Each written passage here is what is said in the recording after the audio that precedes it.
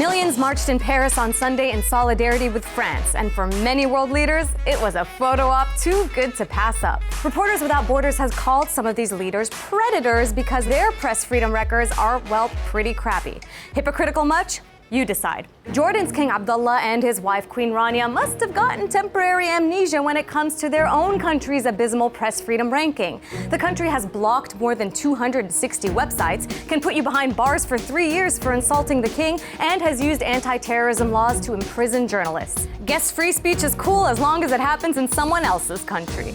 Turkish Prime Minister Ahmet Davutoglu also managed to squeeze in, even though Turkish authorities fired or forced the resignations of almost 60 journalists who covered the Occupy Gezi protests back in 2013. Oh, and Turkey also blocked Twitter and YouTube in the lead up to the 2014 elections. Then there's Egypt, which has consistently ranked as one of the top 10 deadliest countries in the world to be a journalist. But that didn't stop Egypt's foreign minister Sameh Shoukry from showing up in Paris.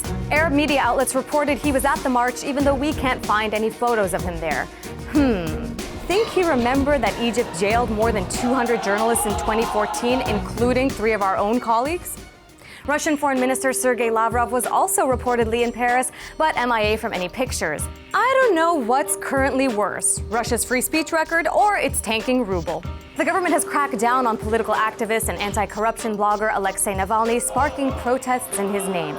And at least 20 journalists have been murdered since Vladimir Putin first became president in 2000. Oh, and did we mention a law banning so-called gay propaganda? Doesn't quite sound like free speech, does it?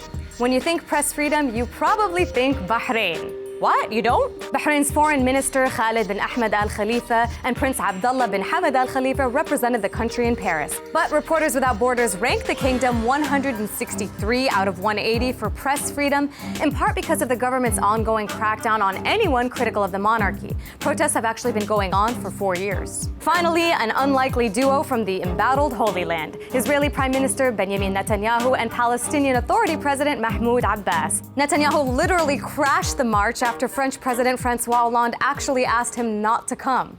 But the bigger faux pas here is Netanyahu's hypocrisy, because just this past summer, at least 7 journalists were killed on his watch during Israel's bombardment of the Gaza Strip. The Israeli army has even acknowledged it targeted journalists and media buildings in the past. Meanwhile, Abbas marched too, even though journalists back home have been imprisoned for supposedly insulting him. In fact, only 30% of the Palestinian public say people in the West Bank can criticize the Palestinian Authority without fear. But hey, does your dirty laundry back home really matter as long as you look principled on the international stage? As they say in French, oui.